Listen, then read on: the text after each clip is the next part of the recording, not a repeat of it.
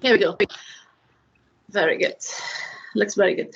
Thank you so much for talking to us. I appreciate it, as usual. Let's start with Afghanistan, that you're expert in it, and I'm sure you follow the news on peace process and talks with the Taliban. Scott Miller traveled to Qatar and talked to Taliban recently, and he was in Islamabad yesterday, which was unannounced, with Ambassador Khalilzad, and talking with the folks in Pakistan with General Bajwa about the stability in Afghanistan. What is it that is really worrisome for the U.S.? What is it that is making U.S. worry about that they're having these high official talks with Taliban and now in Pakistan? I think there are two things that have the U.S. worried right now. One of them is, and it's separate from these conversations in a sense, is that we have still an unresolved political situation in Afghanistan, that we have a government under President Ashraf Ghani, but we still have a somewhat unresolved 2019 election right now. So it has caused some concern with having a unified negotiating team as part of the elections. So I think the first issue that has concerned U.S. officials is, how do we resolve this still lingering Afghan government dispute over who is the legitimate leader, and how does that then impact individuals like Abdullah and others that have supported him in establishing a parallel government.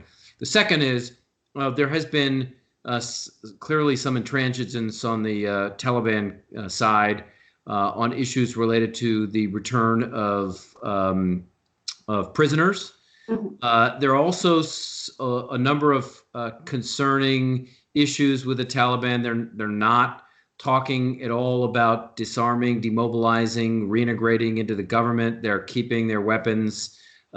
This is a big divergence from virtually every major peace agreement that's been signed since the end of the Cold War.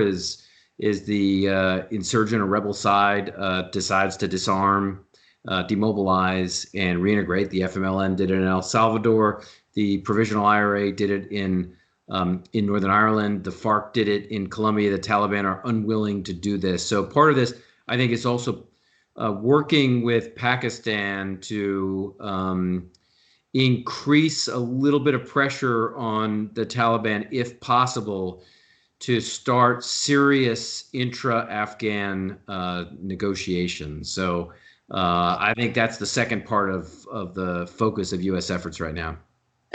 Partially, you touched this to my next question. So the collapse of the talks, the Taliban rejected to talk with Afghans, like they rejected entire Afghan talks, and also they're not happy about the prisoner release, saying that who should go first. So do you think this is something like a threat to U.S. interests? That's why they want to seek some help from Pakistan? Well, I think there's a broader issue here. The question is how much of these Taliban statements and decisions are tactical level ones, because they really don't want to go down a serious peace talk road. And I think this gets to some of the frustration, is that, there was some progress in a U.S. Taliban agreement by the end of February. The U.S. committed to decrease its force presence to 8,600 and to potentially go to zero after that, and to get intra-Afghan discussions. And the Taliban has just been foot dragging right now. So are they serious? Are they using these particular issues as excuses because they just want the U.S. out? Is that all that they really want to do at the end of the day? And I think this is where the U.S. is trying to figure out how much of these things are really tactical level complaints by the Taliban because they really aren't serious about negotiation. That's why they're critical of the U.S. so far, and always they're saying U.S. is not doing what we want. At the same time, let's say that there's a peace deal between Taliban and Afghans. There's a lot of insurgent groups and militias and ISIS threats in the region. What is your thoughts on that? If there's a peace deal come into effect, what happens? Do you think there'll be like total peace and region is like peaceful and crisis over? The war is over?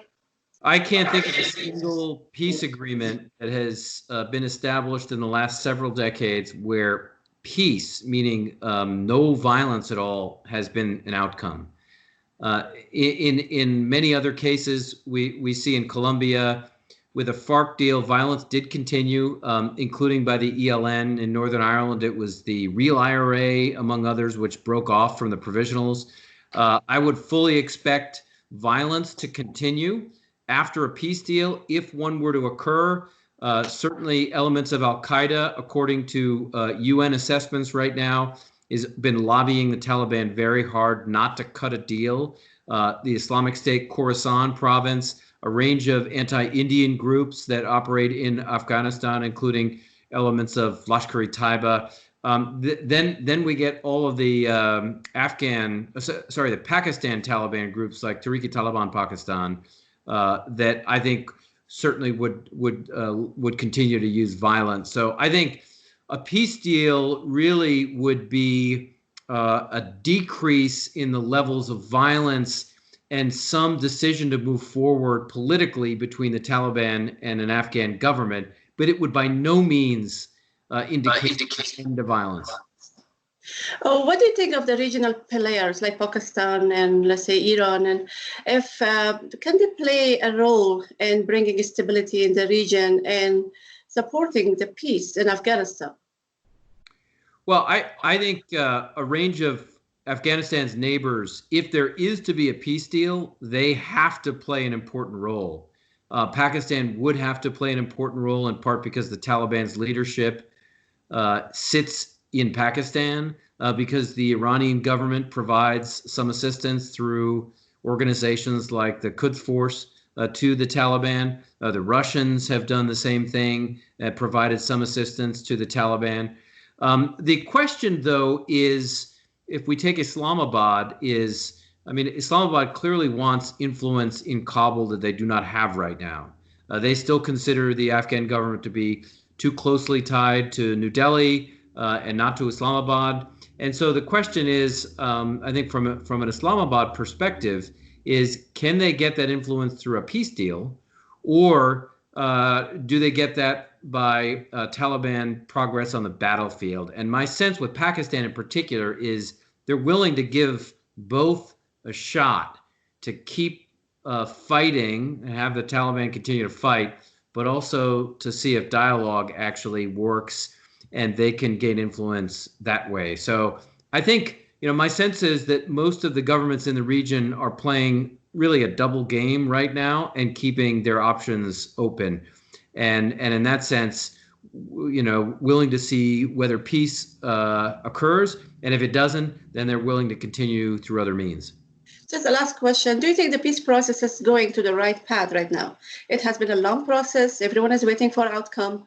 And there was 1 week of reduction in violence in Afghanistan, which Taliban respected, kind of. So do you think the U.S. is going in the right path with the peace, with Taliban? Well, look, I think it is very important to give peace a shot. I still think it's unlikely for the foreseeable future that a peace deal will happen. There are problems on the Afghan side in getting a unified government. There are problems on the Taliban side in, I think, even wanting peace under terms that would be acceptable either to the United States or the Afghan government. So I would say this, that the U.S. proceeding down a road where it supports intra-Afghan dialogue is important, particularly if we can start to talk about issues like the role of Islam in Afghanistan, the constitution, women's rights, prisoner exchanges, the really substantive issues that, what do we do about political positions in Kabul itself, at the palace, at district, in districts, in provinces, whether you integrate Taliban into the government. These are the most substantive issues, and it would be great to actually get to the point where you're discussing them. So I think we're going down the right road. We're just right at the beginning, and it is actually not clear to me we're going to get that far based on how slowly things are moving right now. Sounds great. Thank you so much for your comments. I appreciate it. Thank you. Have a wonderful day. Okay, you too. Just give me a minute to let me stop my recording before it goes.